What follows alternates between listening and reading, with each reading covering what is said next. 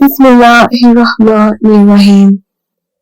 Alhamdulillahi Rabbil Alameen.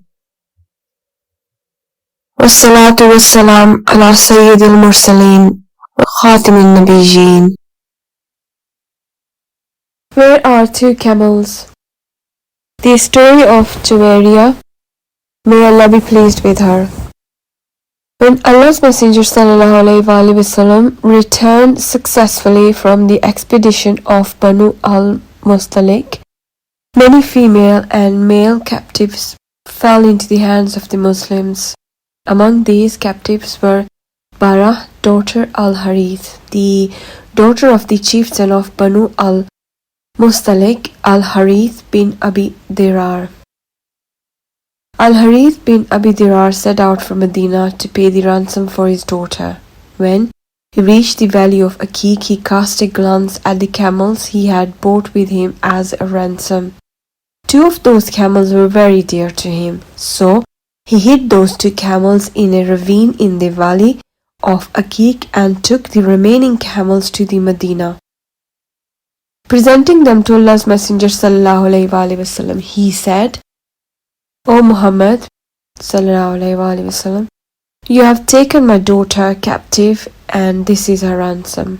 Upon this, Allah's Messenger ﷺ said, and what about those two camels which you hid in such and such ravine in the valley of Akik? Where are they? Hearing this, Al-Harith bin Abi Dirar spontaneously exclaimed, I bear witness that there is no God but Allah, and I bear witness that you are the messenger of Allah. By Allah, none but Allah could have informed you about those camels. Consequently, Al-Harith and his two sons embraced Islam.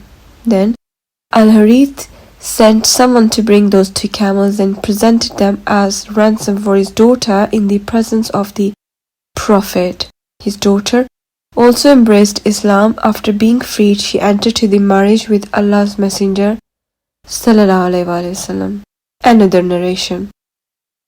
Allah the Blessed and Exalted granted the Muslims victory in this battle. After the battle, more than 700 disbelievers were taken captive.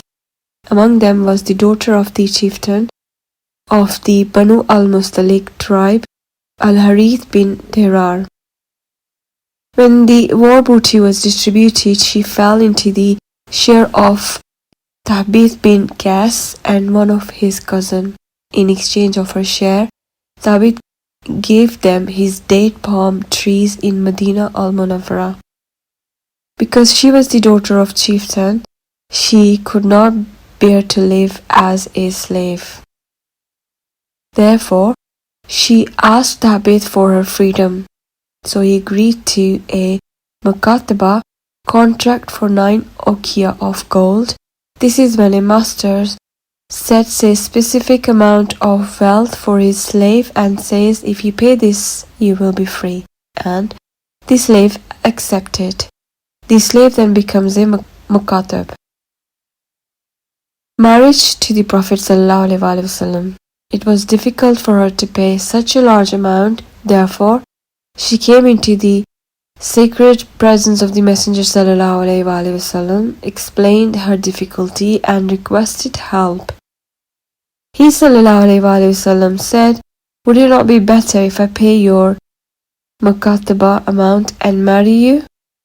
She happily accepted this offer.